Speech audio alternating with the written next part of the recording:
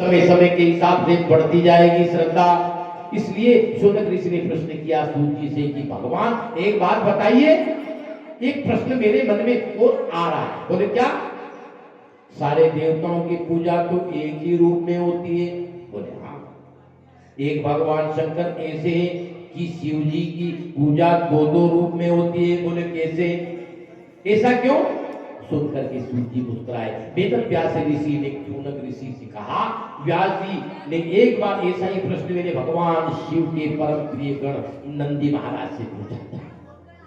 नंदी महाराज से मैंने किया था नंदी के ईश्वर से कि सारे देवताओं की पूजा तो एक ही रूप में होती है और शंकर भगवान की पूजा दो रूप में क्यों होती है? दो रूप में क्यों होती है? क्यों होती है? बोले मूर्ति रूप में, और मूर्ति भी और पिंडी भी, पिंडी के रूप में भी। तो नंदिकेश्वर जी ने जो उत्तर दिया वो मैं आपको बता रहा हूं।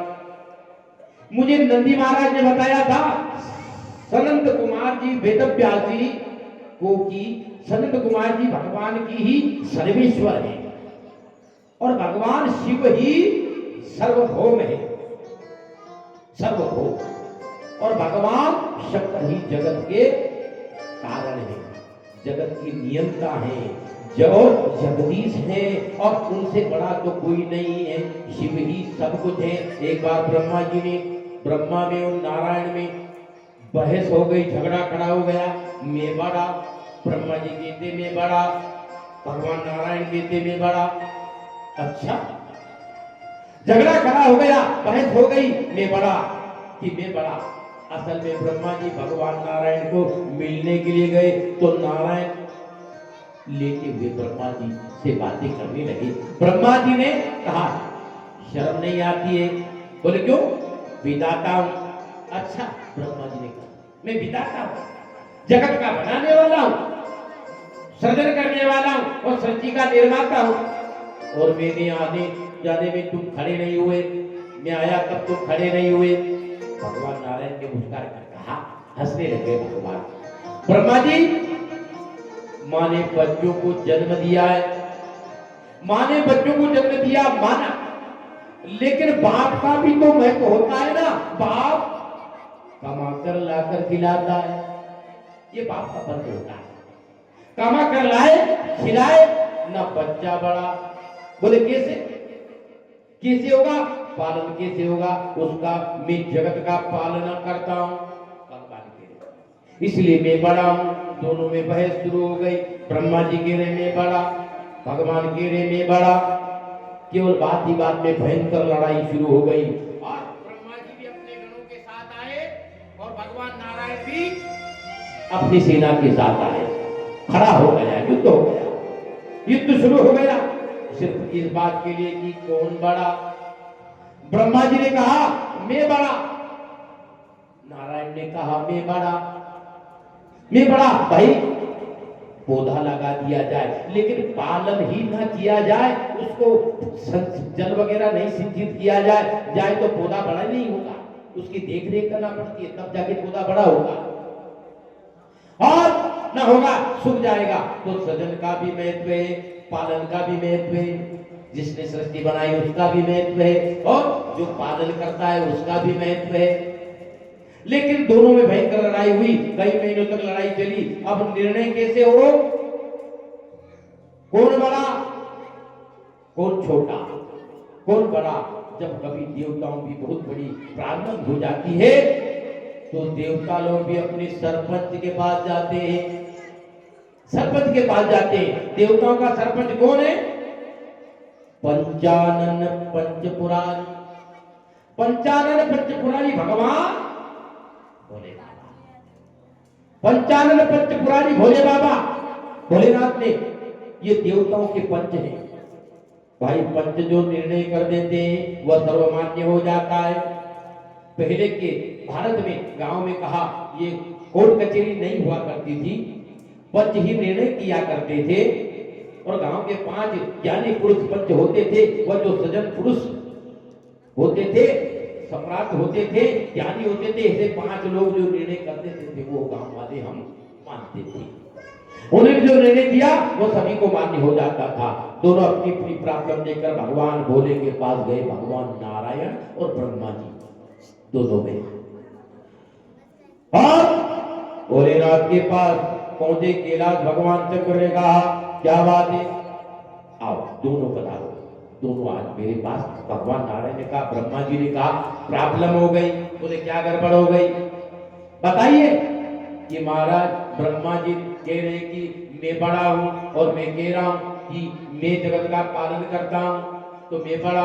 भोलेनाथ ने कहा क्यों इस चक्कर में पड़ते हो भाई। ब्रह्मा जी से भी कहा, भगवान से भी कहा, क्यों काय को चक्कर में पड़ रहे हो, क्यों चक्कर में पड़ते हो। एक काम करो, तुम दोनों आपस में तुम ही निर्णय कर लो कि भगवान शंकर ने उसी वक्त तुम दोनों निर्णय कर लो कि कुछ बड़ा नहीं हुआ निर्णय, और निर्णय कर लो। भगवान शंकर ने उसी वक्त अपनी ज्योति प्रकट की।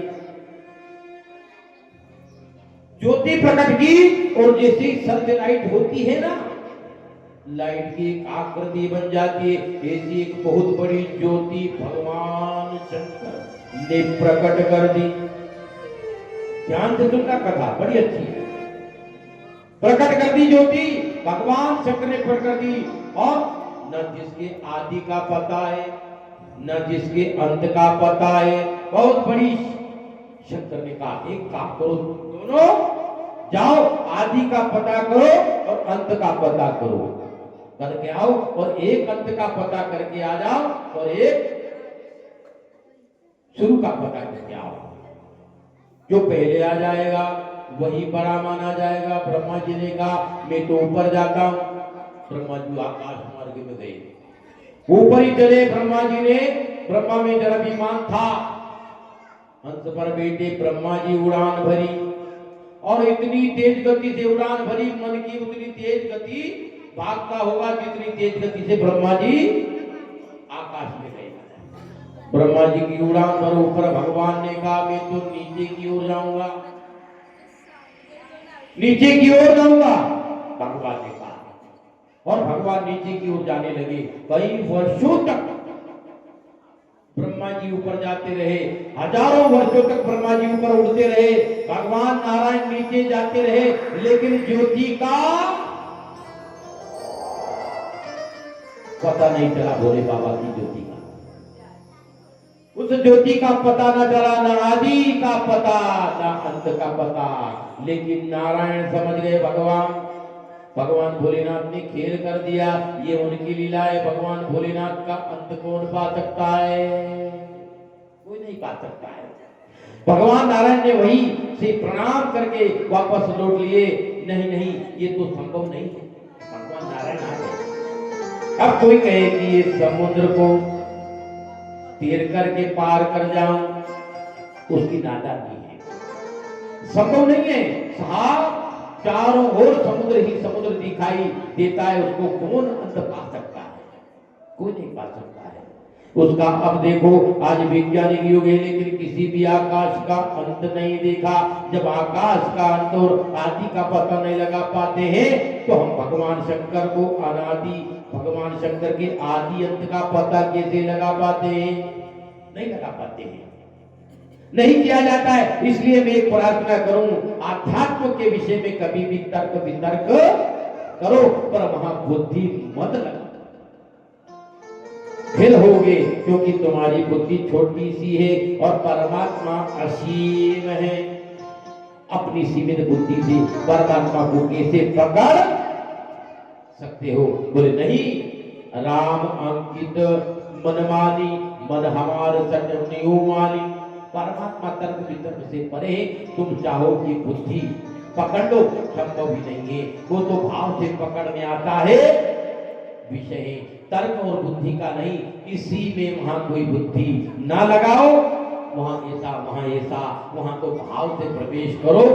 तर्क वितर्क का, परमात्मा का जानने का संभव नहीं है। कौन पकड़ पाया परमात्मा के, ना आदि का पता है ना अंत का पता है। जैसे टेलीविजन आप समुद्र देखते हैं, अब टेलीविजन में छोटा सा समुद्र दिखाई देता है, छोटा सा दिखाई देता है, लेकिन समुद्र उतना ही क्यों देखना जाओ, हालात खराब हो जाती है। अब हम सिर उठाकर देखते हैं तो कितनी दूर धरती नजर आती है, परिधि, ऐसे लगता है आकाश यहीं से शुरू हुआ और यहाँ खत्म हो गया। लेकिन जरा खोजने में निकल जाओ, हजारों बार जन्म लेकर मर जाएंगे, हजारों हजारों जन्म लेकर मर जाएंगे, तो परमात्मा का ना आदि का पता ना अंत का पता चलेगा, ना अंत का पता ना आदि का पता। संभव नहीं हो सकता है। ब्रह्मा जी ऊपर चले जा रहे, ब्रह्मा जी ने सोचा तुम आज अंत खोज कर ही या मानूंगा। ब्रह्मा जी कह रहे आज अंत खोजूंगा। चले जा रहे ऊपर, इतने ब्रह्मा जी की नजर पड़ी एक केतकी का पुष्प। ध्यान से सुनना का था, एक केतकी का पुष्प ऊपर से नीचे चली आ रही है। केतकी, ये पुष्प फूल चली आ रही है, केतकी पुष्प। ब्रह्मा जी ने उससे पूछा, अरे केतकी ठहरो ठहरो, कहां जा रही हो, कहां से आ रही हो? तो केतकी ने कहा कि मैं ऐसी ज्योति छू करके कई अनंत वर्षों से मैं नीचे गिरी हूं, चली आ रही हूं, लेकिन मुझे ठिकाना नहीं पड़ा, ठिकाना नहीं मिल रहा है। मैं गिरती चली आ रही हूं, कई वर्षों बीत गए। वो केतकी पुष्प कह रहा है ब्रह्मा जी से, कई वर्ष बीत गए, लाखों करोड़ों वर्ष। जब ब्रह्मा जी ने सोचा कि जब ये लाखों करोड़ों वर्ष से ऊपर से नीचे आ रही है, वर्ष नीचे चली आ रही है, इसको अंत नहीं मिला, तो भला मुझको कैसे अंत मिलेगा? भगवान की ज्योति का, भगवान शंकर की ज्योति का मुझको कैसे अंत मिलेगा? लेकिन ब्रह्मा जी की बुद्धि के देवता हैं। ब्रह्मा जी ने बुद्धि लगाई, ब्रह्मा जी ने सोचा एक काम करते हैं, जाकर भगवान शंकर के सामने झूठ बोल देते हैं। झूठ बोले देते, अंत में देखकर आ गया। भगवान शंकर पूछेंगे क्या क्या प्रमाण है? तो केतकी को मिला लो। इस केतकी पुष्प को पटा लिया ब्रह्मा जी ने। मिला लेता हूं, इससे कहा हाँ भरवा दूंगा, गवाह बना दूंगा। इस और ब्रह्मा जी ने केतकी से कहा सुनो। बोले क्या? बोले बेटी जरा मेरा एक काम कर दो। बोले क्या?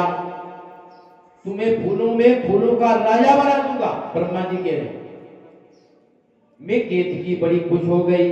केतकी ने कहा कि पितामह आदेश करो, क्या काम है? पिता आदेश करो, क्या करना है? बोले चलो मेरे साथ, जब भगवान शंकर पूछेंगे तो तुम केवल सिर हिला देना, इशारा कर देना कि हाँ मैं साक्षात हूं। केतकी ने कहा ठीक है, और दोनों आए और भगवान शंकर जी के पास, दोनों चलते चलते ब्रह्मा जी और केतकी भगवान शंकर के पास आए। देखा तो यहाँ भगवान नारायण बैठे, क्योंकि पता नहीं चला, भगवान नारायण पहले आ गए। नारायण पहले से बैठे, नारायण को देख करके ब्रह्मा जी पहले से डर गए, कहीं ऐसा तो नहीं मेरे से पहले आदि का पता लगाया हो। ब्रह्मा जी कह रहे आदि का पता लगा कर आ गए हो। भगवान शंकर ने कहा आओ। ब्रह्मा जी ऊपर गए थे, अंत मिल गया। क्या ब्रह्मा जी ने कहा क्या बताऊं महाराज, मेहनत में बहुत लगी लेकिन अंत का अंत नहीं पाया, मैंने अंत पा लिया। मैंने भगवान शंकर का को अच्छा नहीं लगा, झूठ बोला ब्रह्मा जी ने। भगवान शंकर ने कहा सच बोल रहे? बोले हाँ महाराज, लाख वर्ष जरूर बीत गए लेकिन अंत खोज करके आया, मेरे ऊपर भरोसा नहीं है? बोले हाँ। ब्रह्मा जी कह रहे भगवान शंकर ये केतकी से पूछ लो, केतकी से पूछो, इसने देखा है, ये भी वहीं ऊपर ही था, इसको भी साथ लेकर आया। शंकर जी को बड़ा बुरा लगा। भगवान शंकर ने सोचा कि अपनी प्रतिष्ठा के लोभ में जो व्यक्ति झूठ बोल रहा है वो समाज की क्या भलाई करेगा। अपने प्रतिष्ठा के लिए, अपने सम्मान के लिए कोई झूठ बोले वो समाज को क्या आशीर्वाद देगा। भगवान शंकर को बड़ा बुरा लगा। और ध्यान रखना, साज साज बराबर तप नहीं, झूठ बराबर पाप, और साज के बराबर तप नहीं, झूठ के बराबर पाप नहीं। इसलिए भगवान शंकर को क्रोध आया और क्या कह रहे, मिलती है प्रभु कथा की संगत कभी कभी, मिलती है जीववाणी